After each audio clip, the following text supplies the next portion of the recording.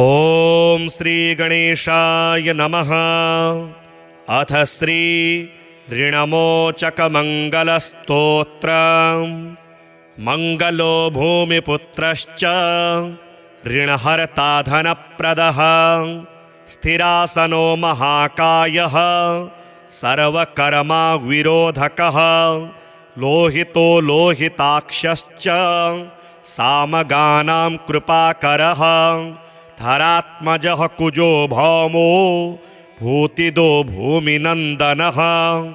अंगारको यमश्चैव सर्वरोगापहारकः वृष्टिः कर्तापहर्ता च सर्वकामफलप्रदः एतानि कुजनामानि नित्यं यः श्रद्धया पठेत् ऋणं न जायते तस्य धनं शीघ्रमवाप्नुयात्। धरणीगर्भसम्भूतं विद्युत्कान्तिसमप्रभं कुमारं शक्तिहस्तं च मङ्गलं प्रणमाम्यहं। स्तोत्रमङ्गारकस्येतत् पठनीयं सदा नृभिः न तेषां भौमजा पीडां स्वल्पापि भवति क्वचित्। अंगारकमहाभाग भगवन् भक्तवत्सल त्वां नमामि ममाशेष मृणमाशु विनाशय। ऋणरोगादिदारिद्र्यं ये चान्ये ह्यपमृत्यवः भयक्लेशमनस्तापां नश्यन्तो मम सर्वदा। अतिवक्रदुराराध्य भोगमुक्तजितात्मनः तुष्टो ददासि साम्राज्यं रुष्टो हरसि तत्क्षणात्। विरिञ्चि शक्रविष्णूनां मनुष्याणां तु का कथा तेन त्वं सर्वसत्त्वेन ग्रहराजो महाबलः। पुत्रान् देहि धनं देहि त्वामस्मि शरणं गतः ऋणदारिद्र्यदुःखेन शत्रूणां च भयात्ततः। एभिर्द्वादशभिः श्लोकैर् यः स्तौति च धरासुतं महतीं श्रियमाप्नोति यः परो धनदो युवा। मंगलो भूमिपुत्रश्च ऋणहर्ता धनप्रदः स्थिरासनो महाकायः सर्वकर्मा विरोधकः लोहितो लोहिताक्षश्च सामगानां कृपाकरः धरात्मजः कुजो भौमो भूतिदो भूमिनन्दनः अंगारको यमश्चैव सर्वरोगापहारकः वृष्टिः कर्तापहर्ता च सर्वकामफलप्रदः। एतानि कुजनामानि नित्यं यः श्रद्धया पठेत् ऋणं न जायते तस्य धनं शीघ्रमवाप्नुयात्। धरणीगर्भसम्भूतं विद्युत्कान्तिसमप्रभं कुमारं शक्तिहस्तं च मङ्गलं प्रणमाम्यहं। स्तोत्रमङ्गारकस्येतत् पठनीयं सदा नृभिः न तेषां भौमजा पीडां स्वल्पापि भवति क्वचित्। अंगारकमहाभाग भगवन् भक्तवत्सल त्वां नमामि ममाशेष मृणमाशु विनाशय। ऋणरोगादिदारिद्र्यं ये चान्ये ह्यपमृत्यवः भयक्लेशमनस्तापां नश्यन्तो मम सर्वदा। अतिवक्रदुराराध्य भोगमुक्तजितात्मनः तुष्टो ददासि साम्राज्यं रुष्टो हरसि तत्क्षणात्। विरिञ्चि शक्रविष्णूनां मनुष्याणां तु का कथा तेन त्वं सर्वसत्त्वेन ग्रहराजो महाबलः पुत्रान् देहि धनं देहि त्वामस्मि शरणं गतः ऋणदारिद्र्यदुःखेन शत्रूणां च भयात्ततः एभिर्द्वादशभिः श्लोकैर्यः स्तौति च धरासुतां महतीं श्रियमाप्नोति यः परो धनदो युवा मङ्गलो भूमिपुत्रश्च ऋणहर्ता धनप्रदः स्थिरासनो महाकायः सर्वकर्मा विरोधकः लोहितो लोहिताक्षश्च सामगानां कृपाकरः धरात्मजः कुजो भौमो भूतिदो भूमिनन्दनः अंगारको यमश्चैव सर्वरोगापहारकः वृष्टिः कर्तापहर्ता च सर्वकामफलप्रदः एतानि कुजनामानि नित्यं यः श्रद्धया पठेत् ऋणं न जायते तस्य धनं शीघ्रमवाप्नुयात् धरणीगर्भसम्भूतं विद्युत्कान्तिसमप्रभं कुमारं शक्तिहस्तं च मङ्गलं प्रणमाम्यहम् स्तोत्रमङ्गारकस्येतत् पठनीयं सदा नृभिः न तेषां भौमजा पीडा स्वल्पापि भवति क्वचित् अंगारकमहाभाग भगवन् भक्तवत्सल त्वां नमामि ममाशेष मृणमाशु विनाशय ऋणरोगादिदारिद्र्यं ये चान्ये ह्यपमृत्यवः भयक्लेशमनस्तापां नश्यन्तो मम सर्वदा अतिवक्रदुराराध्य भोगमुक्तजितात्मनः तुष्टो ददासि साम्राज्यं रुष्टो हरसि तत्क्षणात् विरिञ्चि शक्रविष्णूनां मनुष्याणां तु का कथा तेन त्वं सर्वसत्त्वेन ग्रहराजो महाबलः पुत्रान् देहि धनं देहि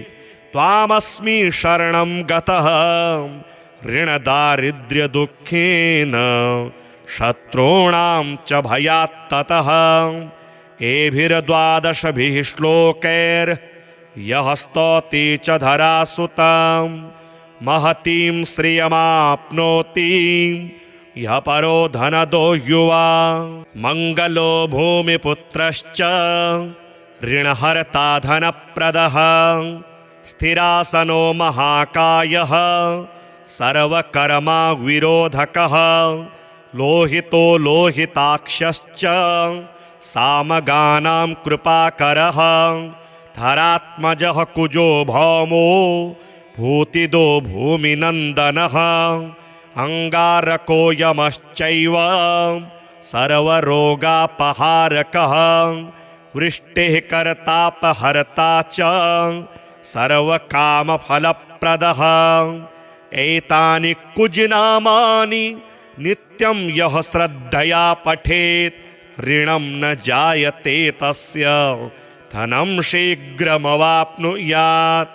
धरणीगर्भसम्भूतं विद्युत्कान्तिसमप्रभं कुमारं शक्तिहस्तं च मङ्गलं प्रणमाम्यहम् स्तोत्रमङ्गारकस्येतत् पठनीयं सदा नृभिः न तेषां भौमजा पीडा स्वल्पापि भवति क्वचित् अंगारकमहाभाग भगवन् भक्तवत्सल त्वां नमामि ममाशेष मृणमाशु विनाशय ऋणरोगादिदारिद्र्यं ये चान्ये ह्यपमृत्यवः भयक्लेशमनस्तापां नश्यन्तो मम सर्वदा अतिवक्रदुराराध्य भोगमुक्तजितात्मनः तुष्टो ददासि साम्राज्यं रुष्टो हरसि तत्क्षणात् विरिञ्चि शक्रविष्णूनां मनुष्याणां तु का कथा तेन त्वं सर्वसत्त्वेन गृहराजो महाबलः पुत्रान् देहि धनं देहि त्वामस्मि शरणं गतः ऋणदारिद्र्यदुःखेन शत्रूणां च भयात्ततः एभिर्द्वादशभिः श्लोकैर्यः स्तौति च धरासुतां महतीं श्रियमाप्नोति यः परो धनदो युवा मङ्गलो भूमिपुत्रश्च ऋणहर्ता धनप्रदः स्थिरासनो महाकायः सर्वकर्मा विरोधकः लोहितो लोहिताक्षश्च सामगानां कृपाकरः धरात्मजः कुजो भौमो भूतिदो भूमिनन्दनः अङ्गारको यमश्चैव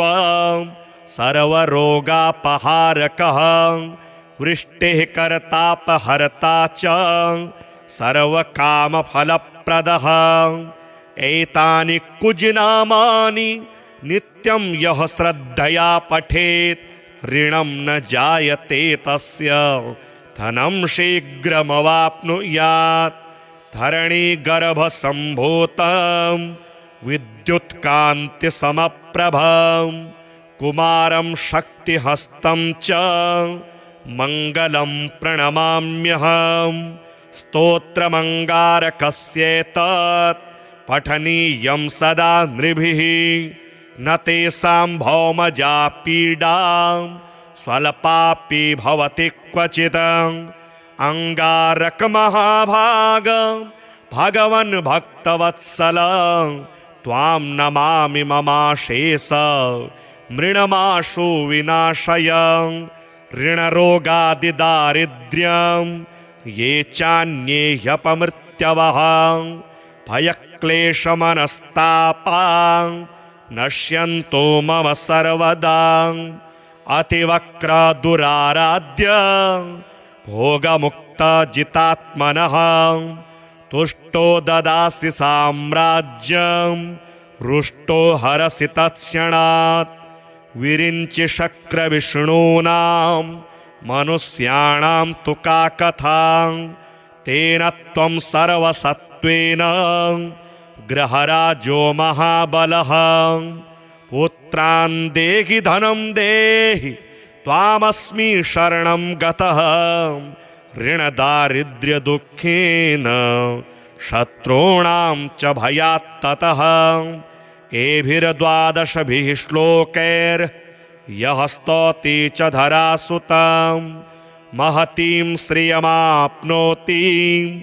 यः परो धनदो युवा मङ्गलो भूमिपुत्रश्च ऋणहर्ता धनप्रदः स्थिरासनो महाकायः सर्वकर्मा विरोधकः लोहितो लोहिताक्षश्च सामगानां कृपाकरः धरात्मजः कुजो भौमो भूतिदो भूमिनन्दनः अङ्गारको यमश्चैव सर्वरोगापहारकः वृष्टिः कर्तापहर्ता च सर्वकामफलप्रदः एतानि कुजनामानि नित्यं यः श्रद्धया पठेत् ऋणं न जायते तस्य धनं शीघ्रमवाप्नुयात् धरणीगर्भसम्भूतं विद्युत्कान्तिसमप्रभं कुमारं शक्तिहस्तं च मङ्गलं प्रणमाम्यहं स्तोत्रमङ्गारकस्येतत् पठनीयं सदा नृभिः न तेषां भौमजा पीडा स्वल्पापि भवति क्वचित् अङ्गारकमहाभाग भगवन् भक्तवत्सल त्वां नमामि ममाशेष मृणमाशु विनाशय ऋणरोगादिदारिद्र्यं ये चान्ये ह्यपमृत्यवः भयक्लेशमनस्तापां नश्यन्तो मम सर्वदा अतिवक्रदुराराध्य भोगमुक्तजितात्मनः तुष्टो ददासि साम्राज्यं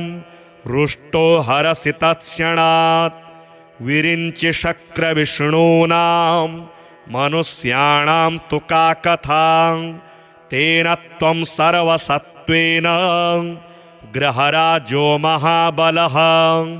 पुत्रान् देहि धनं देहि त्वामस्मि शरणं गतः ऋणदारिद्र्यदुःखेन शत्रूणां च भयात्ततः एभिर्द्वादशभिः श्लोकैर्यः स्तौति च धरासुतां महतीं श्रियमाप्नोति यः परो धनदो युवा मङ्गलो भूमिपुत्रश्च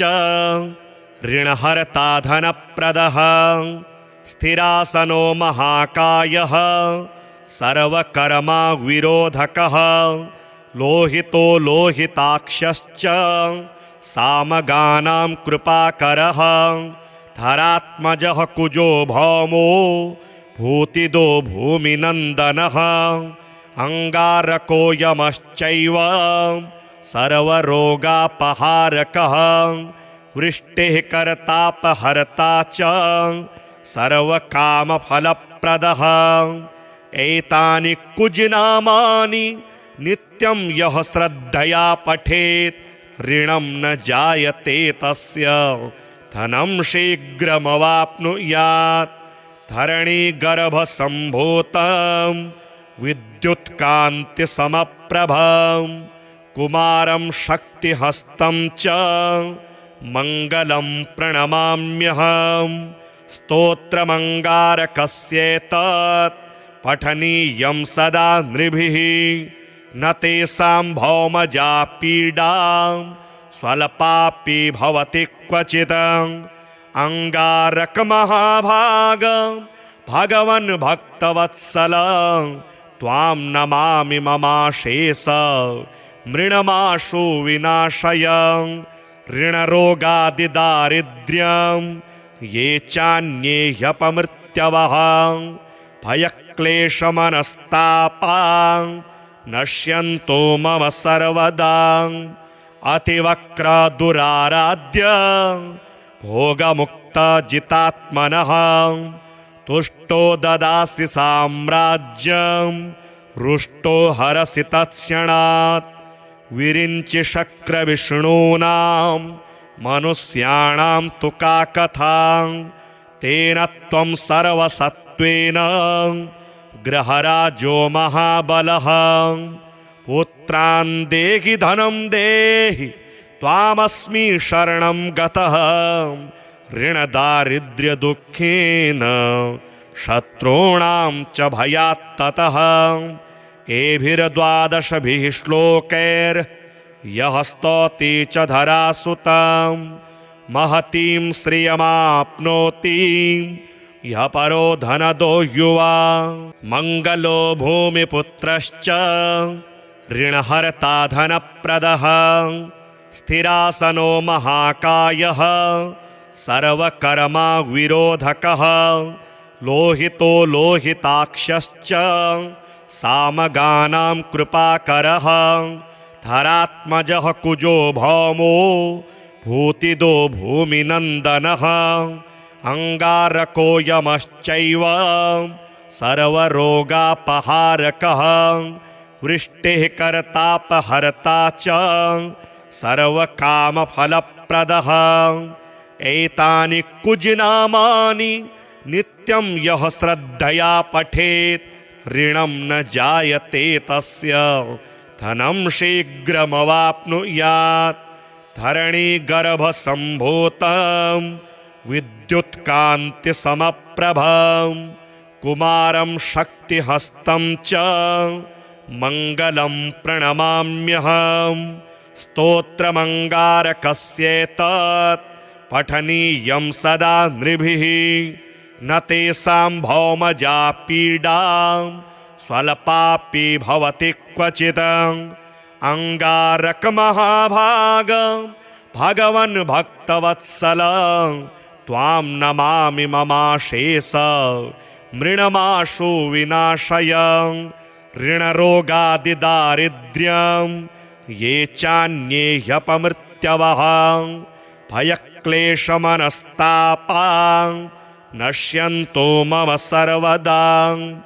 अतिवक्रदुराराध्य भोगमुक्तजितात्मनः तुष्टो ददासि साम्राज्यं रुष्टो हरसि तत्क्षणात् विरिञ्चि शक्रविष्णूनां मनुष्याणां तु का कथा तेन त्वं सर्वसत्त्वेन ग्रहराजो महाबलः पुत्रान् देहि धनं देहि त्वामस्मि शरणं गतः ऋणदारिद्र्यदुःखेन शत्रूणां च भयात्ततः एभिर्द्वादशभिः श्लोकैर्यः स्तौति च धरासुतां महतीं श्रियमाप्नोति यः परो धनदो युवा मङ्गलो भूमिपुत्रश्च ऋणहर्ता धनप्रदः स्थिरासनो महाकायः सर्वकर्मा विरोधकः लोहितो लोहिताक्षश्च सामगानां कृपाकरः धरात्मजः कुजो भौमो भूतिदो भूमिनन्दनः अंगारको यमश्चैव सर्वरोगापहारकः वृष्टिः कर्तापहर्ता च सर्वकामफलप्रदः एतानि कुजनामानि नित्यं यः श्रद्धया पठेत् ऋणं न जायते तस्य धनं शीघ्रमवाप्नुयात् धरणीगर्भसम्भूतं विद्युत्कान्तिसमप्रभं कुमारं शक्तिहस्तं च मङ्गलं प्रणमाम्यहम् स्तोत्रमङ्गारकस्येतत् पठनीयं सदा नृभिः न तेषां भौमजा पीडा स्वल्पापि भवति क्वचित् अंगारकमहाभाग भगवन् भक्तवत्सल त्वां नमामि ममाशेष मृणमाशु विनाशय ऋणरोगादिदारिद्र्यं ये चान्ये ह्यपमृत्यवः भयक्लेशमनस्तापां नश्यन्तो मम सर्वदा अतिवक्रदुराराध्य भोगमुक्तजितात्मनः तुष्टो ददासि साम्राज्यं रुष्टो हरसि तत्क्षणात् विरिञ्चि शक्रविष्णूनां मनुष्याणां तु का कथा तेन त्वं सर्वसत्त्वेन ग्रहराजो महाबलः पुत्रान् देहि धनं देहि त्वामस्मि शरणं गतः ऋणदारिद्र्यदुःखेन शत्रूणां च भयात्ततः एभिर्द्वादशभिः श्लोकैर्यः स्तौति च धरासुतां महतीं श्रियमाप्नोति यः परो धनदो युवा मङ्गलो भूमिपुत्रश्च ऋणहर्ता धनप्रदः स्थिरासनो महाकायः सर्वकर्मा विरोधकः लोहितो लोहिताक्षश्च सामगानां कृपाकरः धरात्मजः कुजो भौमो भूतिदो भूमिनन्दनः अंगारको यमश्चैव सर्वरोगापहारकः वृष्टिः कर्तापहर्ता च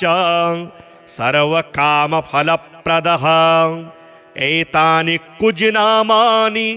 नित्यं यः श्रद्धया पठेत् ऋणं न जायते तस्य धनं शीघ्रमवाप्नुयात् धरणीगर्भसम्भूतं विद्युत्कान्तिसमप्रभं कुमारं शक्तिहस्तं च मङ्गलं प्रणमाम्यहम् स्तोत्रमङ्गारकस्येतत् पठनीयं सदा नृभिः न तेषां भौमजा पीडा स्वल्पापि भवति क्वचित् अङ्गारकमहाभाग भगवन् भक्तवत्सल त्वां नमामि ममाशेष मृणमाशु विनाशय ऋणरोगादिदारिद्र्यं ये चान्ये ह्यपमृत्यवः भयक्लेशमनस्तापां नश्यन्तो मम सर्वदा अतिवक्रदुराराध्य भोगमुक्तजितात्मनः तुष्टो ददासि साम्राज्यं रुष्टो हरसि तत्क्षणात् विरिञ्चि शक्रविष्णूनां मनुष्याणां तु का कथा तेन त्वं सर्वसत्त्वेन गृहराजो महाबलः पुत्रान् देहि धनं देहि त्वामस्मि शरणं गतः ऋणदारिद्र्यदुःखेन शत्रूणां च भयात्ततः एभिर्द्वादशभिः श्लोकैर्यः स्तौति च धरासुतां महतीं श्रियमाप्नोति यः परो धनदो युवा मङ्गलो भूमिपुत्रश्च ऋणहर्ता धनप्रदः स्थिरासनो महाकायः सर्वकर्मा विरोधकः लोहितो लोहिताक्षश्च सामगानां कृपाकरः धरात्मजः कुजो भौमो भूतिदो भूमिनन्दनः अङ्गारको यमश्चैव सर्वरोगापहारकः वृष्टिः करतापहर्ता च सर्वकामफलप्रदः एतानि कुजनामानि नित्यं यः श्रद्धया पठेत् ऋणं न जायते तस्य धनं शीघ्रमवाप्नुयात् धरणीगर्भसम्भूतं विद्युत्कान्तिसमप्रभं कुमारं शक्तिहस्तं च मङ्गलं प्रणमाम्यहम् स्तोत्रमङ्गारकस्येतत् पठनीयं सदा नृभिः न तेषां भौमजा पीडा स्वल्पापि भवति क्वचित् अङ्गारकमहाभाग भगवन् भक्तवत्सल त्वां नमामि ममाशेष मृणमाशु विनाशय ऋणरोगादिदारिद्र्यं ये चान्ये ह्यपमृत्यवः भयक्लेशमनस्तापां नश्यन्तो मम सर्वदा अतिवक्रदुराराध्य भोगमुक्तजितात्मनः तुष्टो ददासि साम्राज्यं रुष्टो हरसि तत्क्षणात् विरिञ्चि शक्रविष्णूनां मनुष्याणां तु का कथा तेन त्वं सर्वसत्त्वेन गृहराजो महाबलः पुत्रान् देहि धनं देहि त्वामस्मि शरणं गतः ऋणदारिद्र्यदुःखेन शत्रूणां च भयात्ततः एभिर्द्वादशभिः श्लोकैर्यः स्तौति च धरासुतां महतीं श्रियमाप्नोति यः परो धनदो युवा मङ्गलो भूमिपुत्रश्च ऋणहर्ता धनप्रदः स्थिरासनो महाकायः सर्वकर्मा विरोधकः लोहितो लोहिताक्षश्च सामगानां कृपाकरः धरात्मजः कुजो भौमो भूतिदो भूमिनन्दनः अङ्गारको यमश्चैव सर्वरोगापहारकः वृष्टिः कर्तापहर्ता च सर्वकामफलप्रदः एतानि कुजनामानि नित्यं यः श्रद्धया पठेत् ऋणं न जायते तस्य धनं शीघ्रमवाप्नुयात् धरणीगर्भसम्भूतं विद्युत्कान्तिसमप्रभं कुमारं शक्तिहस्तं च मङ्गलं प्रणमाम्यहं स्तोत्रमङ्गारकस्येतत् पठनीयं सदा नृभिः न तेषां भौमजा पीडा स्वल्पापि भवति क्वचित् अङ्गारकमहाभाग भगवन् भक्तवत्सल त्वां नमामि ममाशेष मृणमाशु विनाशय ऋणरोगादिदारिद्र्यं ये चान्ये ह्यपमृत्यवः भयक्लेशमनस्तापां नश्यन्तो मम सर्वदा अतिवक्रदुराराध्य भोगमुक्तजितात्मनः तुष्टो ददासि साम्राज्यं रुष्टो हरसि तत्क्षणात्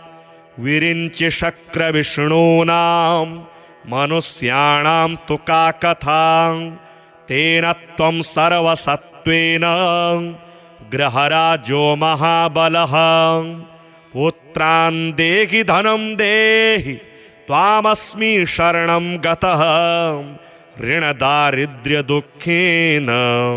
शत्रूणां च भयात्ततः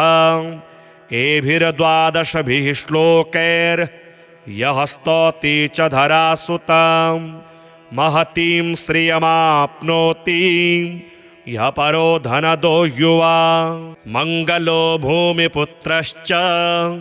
ऋणहर्ता धनप्रदः स्थिरासनो महाकायः सर्वकर्मा विरोधकः लोहितो लोहिताक्षश्च सामगानां कृपाकरः धरात्मजः कुजो भौमो भूतिदो भूमिनन्दनः अङ्गारको यमश्चैव सर्वरोगापहारकः वृष्टिः कर्तापहर्ता च सर्वकामफलप्रदः एतानि कुजनामानि नित्यं यः श्रद्धया पठेत् ऋणं न जायते तस्य धनं शीघ्रमवाप्नुयात् धरणीगर्भसम्भूतं विद्युत्कान्तिसमप्रभं कुमारं शक्तिहस्तं च मङ्गलं प्रणमाम्यहं स्तोत्रमङ्गारकस्येतत् पठनीयं सदा नृभिः न तेषां भौमजा पीडा स्वल्पापि भवति क्वचित् अङ्गारकमहाभाग भगवन् भक्तवत्सल त्वां नमामि ममाशेष मृणमाशु विनाशय ऋणरोगादिदारिद्र्यं ये चान्ये ह्यपमृत्यवः भयक्लेशमनस्तापां नश्यन्तो मम सर्वदा अतिवक्रदुराराध्य भोगमुक्तजितात्मनः तुष्टो ददासि साम्राज्यं रुष्टो हरसि तत्क्षणात् विरिञ्चि शक्रविष्णूनां मनुष्याणां तु का कथा तेन त्वं सर्वसत्त्वेन ग्रहराजो महाबलः पुत्रान् देहि धनं देहि त्वामस्मि शरणं गतः ऋणदारिद्र्यदुःखेन शत्रूणां च भयात्ततः एभिर्द्वादशभिः श्लोकैर्यः स्तौति च धरासुतां महतीं श्रियमाप्नोति यः परो धनदो युवा मङ्गलो भूमिपुत्रश्च ऋणहर्ता धनप्रदः स्थिरासनो महाकायः सर्वकर्मा विरोधकः लोहितो लोहिताक्षश्च सामगानां कृपाकरः धरात्मजः कुजो भौमो भूतिदो भूमिनन्दनः अंगारको यमश्चैव सर्वरोगापहारकः वृष्टिः कर्तापहर्ता च सर्वकामफलप्रदः एतानि कुजनामानि नित्यं यः श्रद्धया पठेत् ऋणं न जायते तस्य धनं शीघ्रमवाप्नुयात् धरणीगर्भसम्भूतं विद्युत्कान्तिसमप्रभं कुमारं शक्तिहस्तं च मङ्गलं प्रणमाम्यहं स्तोत्रमङ्गारकस्येतत् पठनीयं सदा नृभिः न तेषां भौमजा पीडा स्वल्पापि भवति क्वचित् अंगारकमहाभाग भगवन् भक्तवत्सल त्वां नमामि ममाशेष मृणमाशु विनाशय ऋणरोगादिदारिद्र्यं ये चान्ये ह्यपमृत्यवः भयक्लेशमनस्तापां नश्यन्तो मम सर्वदा अतिवक्रदुराराध्य भोगमुक्तजितात्मनः तुष्टो ददासि साम्राज्यं रुष्टो हरसि तत्क्षणात् विरिञ्चि शक्रविष्णूनां मनुष्याणां तु का कथा तेन त्वं सर्वसत्त्वेन ग्रहराजो महाबलः पुत्रान् देहि धनं देहि त्वामस्मि शरणं गतः ऋणदारिद्र्यदुःखेन शत्रूणां च भयात्ततः एभिर्द्वादशभिः श्लोकैर् यः स्तौति च धरासुतां महतीं श्रियमाप्नोति यः परो धनदो युवा मङ्गलो भूमिपुत्रश्च ऋणहर्ता धनप्रदः स्थिरासनो महाकायः सर्वकर्मा विरोधकः लोहितो लोहिताक्षश्च सामगानां कृपाकरः धरात्मजः कुजो भौमो भूतिदो भूमिनन्दनः अंगारको यमश्चैव सर्वरोगापहारकः वृष्टिः कर्तापहर्ता च सर्वकामफलप्रदः एतानि कुजनामानि नित्यं यः श्रद्धया पठेत् ऋणं न जायते तस्य धनं शीघ्रमवाप्नुयात् धरणीगर्भसम्भूतं विद्युत्कान्तिसमप्रभं कुमारं शक्तिहस्तं च मङ्गलं प्रणमाम्यहं स्तोत्रमङ्गारकस्येतत् पठनीयं सदा नृभिः न तेषां भौमजा पीडा स्वल्पापि भवति क्वचित् अंगारकमहाभाग भगवन् भक्तवत्सल त्वां नमामि ममाशेष मृणमाशु विनाशय ऋणरोगादिदारिद्र्यं ये चान्ये ह्यपमृत्यवः भयक्लेशमनस्तापां नश्यन्तो मम सर्वदा अतिवक्रदुराराध्य भोगमुक्तजितात्मनः तुष्टो ददासि साम्राज्यं रुष्टो हरसि तत्क्षणात् विरिञ्चि शक्रविष्णूनां मनुष्याणां तु का कथा तेन त्वं सर्वसत्त्वेन ग्रहराजो महाबलः पुत्रान् देहि धनं देहि त्वामस्मि शरणं गतः ऋणदारिद्र्यदुःखेन शत्रूणां च भयात्ततः एभिर्द्वादशभिः श्लोकैर् यः स्तौति च धरासुतां महतीं श्रियमाप्नोति यः परो धनदो युवा मंगलो भूमिपुत्रश्च ऋणहर्ता धनप्रदः स्थिरासनो महाकायः सर्वकर्मा विरोधकः लोहितो लोहिताक्षश्च सामगानां कृपाकरः धरात्मजः कुजो भौमो भूतिदो भूमिनन्दनः अंगारको यमश्चैव सर्वरोगापहारकः वृष्टिः कर्तापहर्ता च सर्वकामफलप्रदः एतानि कुजनामानि नित्यं यः श्रद्धया पठेत् ऋणं न जायते तस्य धनं शीघ्रमवाप्नुयात् धरणीगर्भसम्भूतं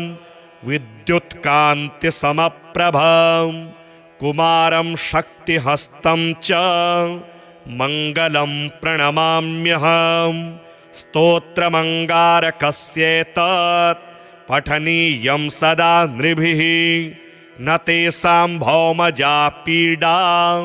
स्वल्पापि भवति क्वचित् अंगारकमहाभाग भगवन् भक्तवत्सल त्वां नमामि ममाशेष मृणमाशु विनाशय ऋणरोगादिदारिद्र्यं ये चान्ये ह्यपमृत्यवः भयक्लेशमनस्तापां नश्यन्तो मम सर्वदा अतिवक्रदुराराध्य भोगमुक्तजितात्मनः तुष्टो ददासि साम्राज्यं रुष्टो हरसि तत्क्षणात् विरिञ्चि शक्रविष्णूनां मनुष्याणां तु का कथा तेन त्वं सर्वसत्त्वेन ग्रहराजो महाबलः पुत्रान् देहि धनं देहि त्वामस्मि शरणं गतः ऋणदारिद्र्यदुःखेन शत्रूणां च भयात्ततः एभिर्द्वादशभिः श्लोकैर्यः स्तौति च धरासुतां महतीं श्रियमाप्नोति यः परो धनदो युवा मंगलो भूमिपुत्रश्च ऋणहर्ता धनप्रदः स्थिरासनो महाकायः सर्वकर्मा विरोधकः लोहितो लोहिताक्षश्च सामगानां कृपाकरः धरात्मजः कुजो भौमो भूतिदो भूमिनन्दनः अंगारको यमश्चैव सर्वरोगापहारकः वृष्टिः कर्तापहर्ता च सर्वकामफलप्रदः एतानि कुजनामानि नित्यं यः श्रद्धया पठेत् ऋणं न जायते तस्य धनं शीघ्रमवाप्नुयात् धरणीगर्भसम्भूतं विद्युत्कान्तिसमप्रभं कुमारं शक्तिहस्तं च मङ्गलं प्रणमाम्यहम् स्तोत्रमङ्गारकस्येतत् पठनीयं सदा नृभिः न तेषां भौमजा पीडा स्वल्पापि भवति क्वचित् अंगारकमहाभाग भगवन् भक्तवत्सल त्वां नमामि ममाशेष मृणमाशु विनाशय ऋणरोगादिदारिद्र्यं ये चान्ये ह्यपमृत्यवः भयक्लेशमनस्तापां नश्यन्तो मम सर्वदा अतिवक्रदुराराध्य भोगमुक्तजितात्मनः तुष्टो ददासि साम्राज्यं रुष्टो हरसि तत्क्षणात् विरिञ्चि शक्रविष्णूनां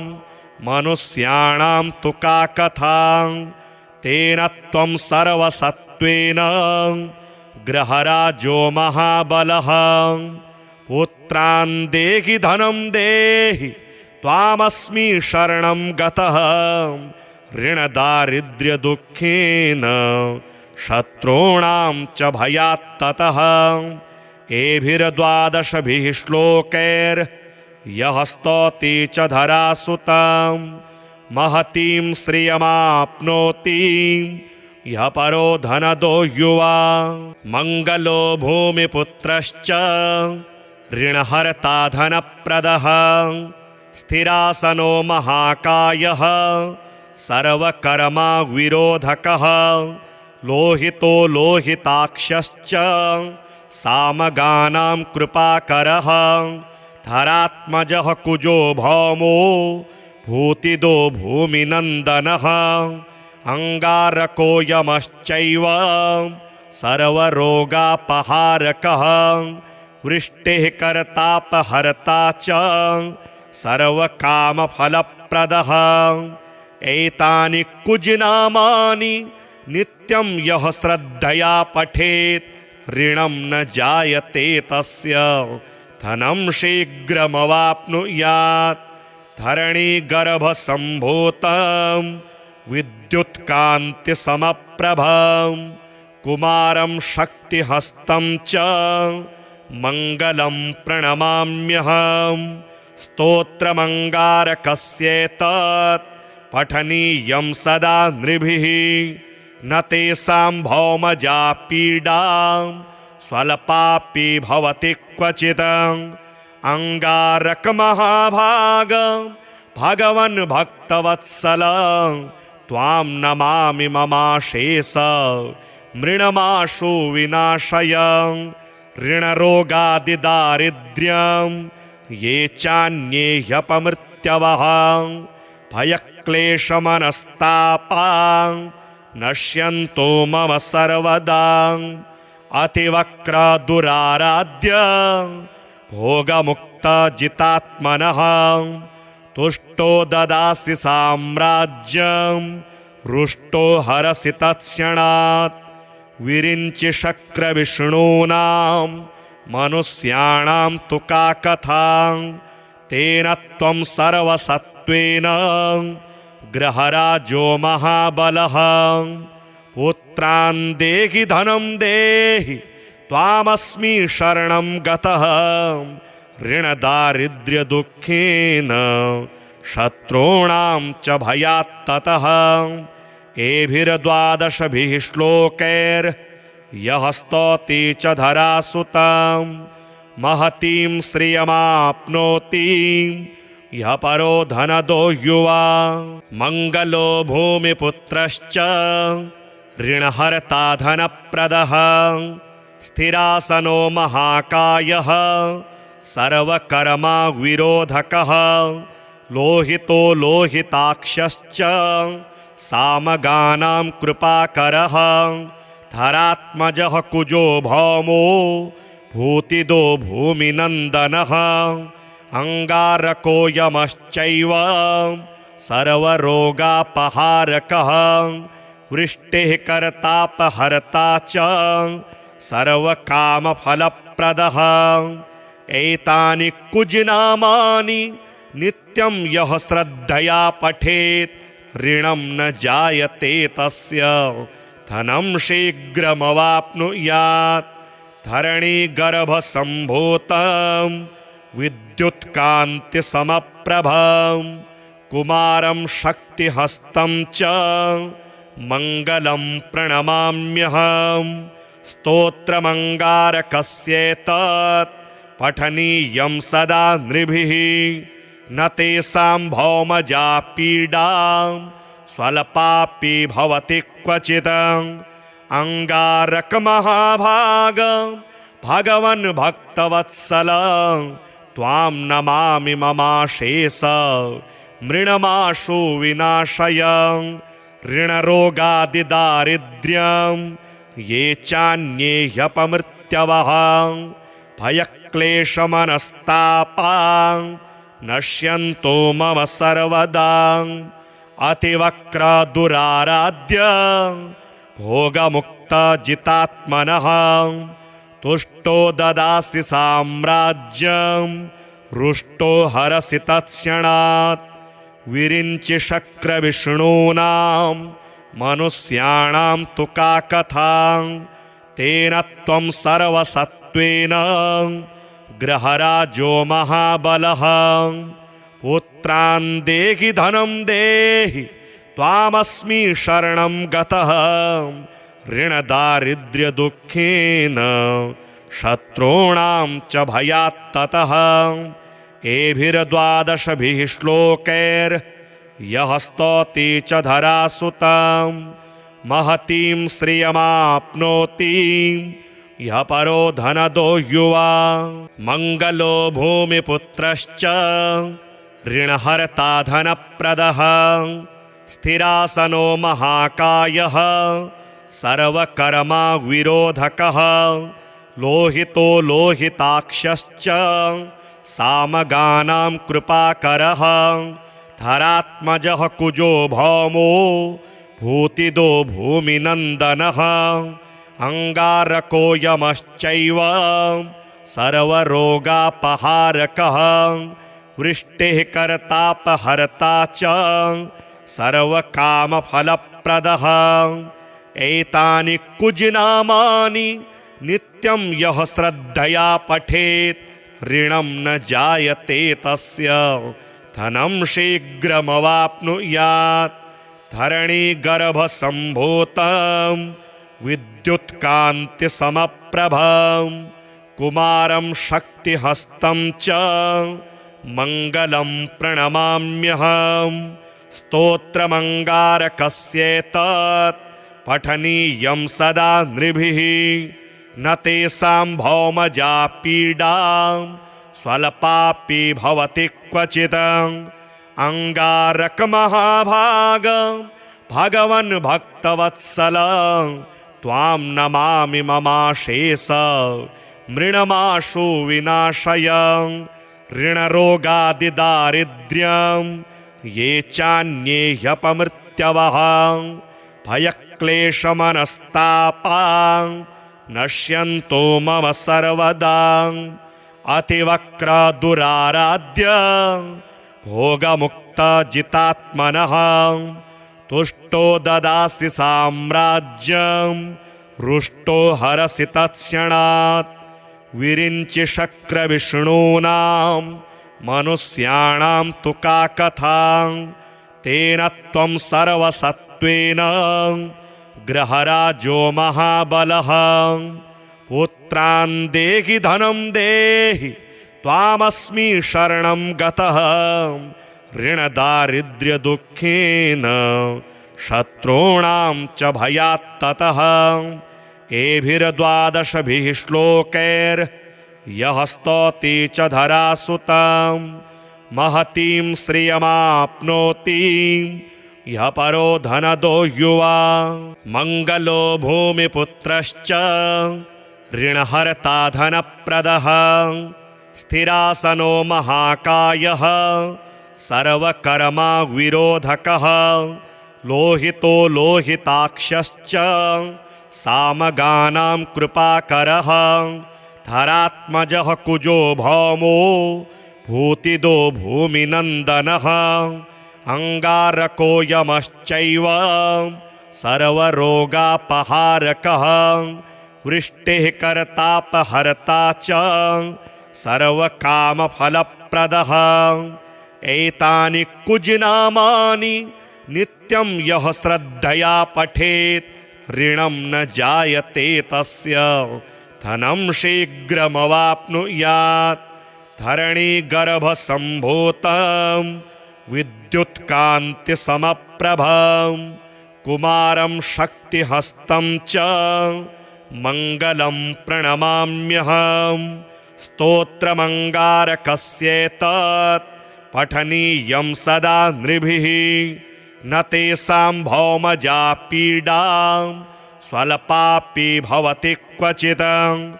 अंगारकमहाभाग भगवन् भक्तवत्सल त्वां नमामि ममाशेष मृणमाशु विनाशय ऋणरोगादिदारिद्र्यं ये चान्ये ह्यपमृत्यवः भयक्लेशमनस्तापां नश्यन्तो मम सर्वदा अतिवक्रदुराराध्य भोगमुक्तजितात्मनः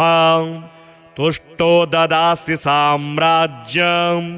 रुष्टो हरसि तत्क्षणात् विरिञ्चि शक्रविष्णूनां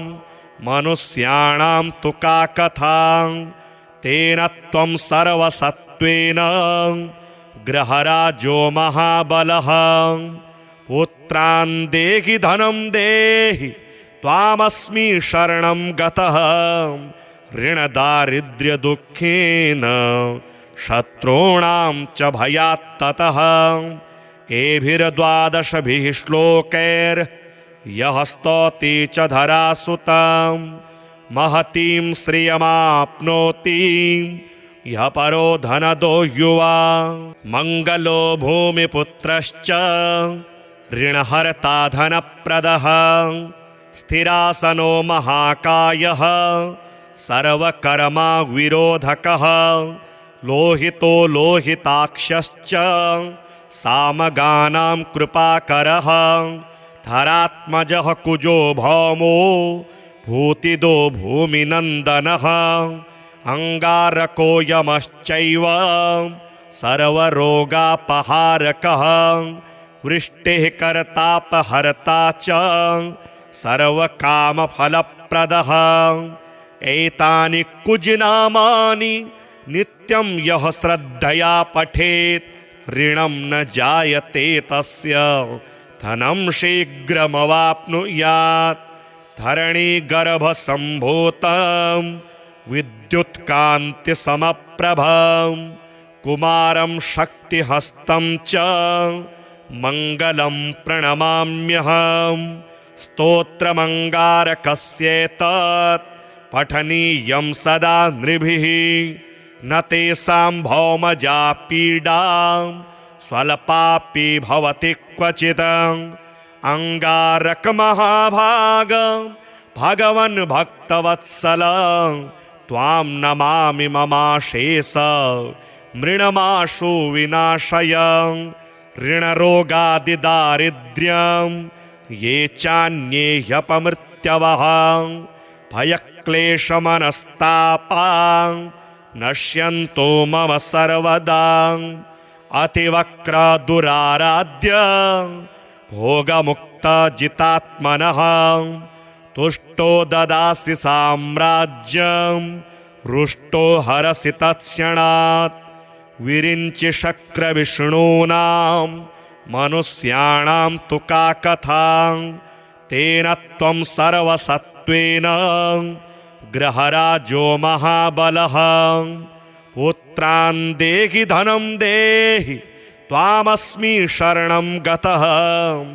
ऋणदारिद्र्यदुःखेन शत्रूणां च भयात्ततः एभिर्द्वादशभिः श्लोकैर्यः स्तौति च धरासुतां महतीं श्रियमाप्नोति यः परो धनदो युवा मङ्गलो भूमिपुत्रश्च ऋणहर्ता धनप्रदः स्थिरासनो महाकायः सर्वकर्मा विरोधकः लोहितो लोहिताक्षश्च सामगानां कृपाकरः धरात्मजः कुजो भौमो भूतिदो भूमिनन्दनः अंगारको यमश्चैव सर्वरोगापहारकः वृष्टिः कर्तापहर्ता च सर्वकामफलप्रदः एतानि कुजनामानि नित्यं यः श्रद्धया पठेत् ऋणं न जायते तस्य धनं शीघ्रमवाप्नुयात् धरणीगर्भसम्भूतं विद्युत्कान्तिसमप्रभं कुमारं शक्तिहस्तं च मङ्गलं प्रणमाम्यहं स्तोत्रमङ्गारकस्येतत् पठनीयं सदा नृभिः न तेषां भौमजा पीडा स्वल्पापि भवति क्वचित् अंगारकमहाभाग भगवन् भक्तवत्सल त्वां नमामि ममाशेष मृणमाशु विनाशय ऋणरोगादिदारिद्र्यं ये चान्ये ह्यपमृत्यवः भयक्लेशमनस्तापां नश्यन्तो मम सर्वदा अतिवक्रदुराराध्य भोगमुक्तजितात्मनः तुष्टो ददासि साम्राज्यं रुष्टो हरसि तत्क्षणात् विरिञ्चि शक्रविष्णूनां मनुष्याणां तु का कथा तेन त्वं सर्वसत्त्वेन गृहराजो महाबलः पुत्रान् देहि धनं देहि त्वामस्मि शरणं गतः ऋणदारिद्र्यदुःखेन शत्रूणां च भयात्ततः एभिर्द्वादशभिः श्लोकैर्यः स्तौति च धरासुतां महतीं श्रियमाप्नोति यः परो धनदो युवा मङ्गलो भूमिपुत्रश्च ऋणहर्ता धनप्रदः स्थिरासनो महाकायः सर्वकर्मा विरोधकः लोहितो लोहिताक्षश्च सामगानां कृपाकरः धरात्मजः कुजो भौमो भूतिदो भूमिनन्दनः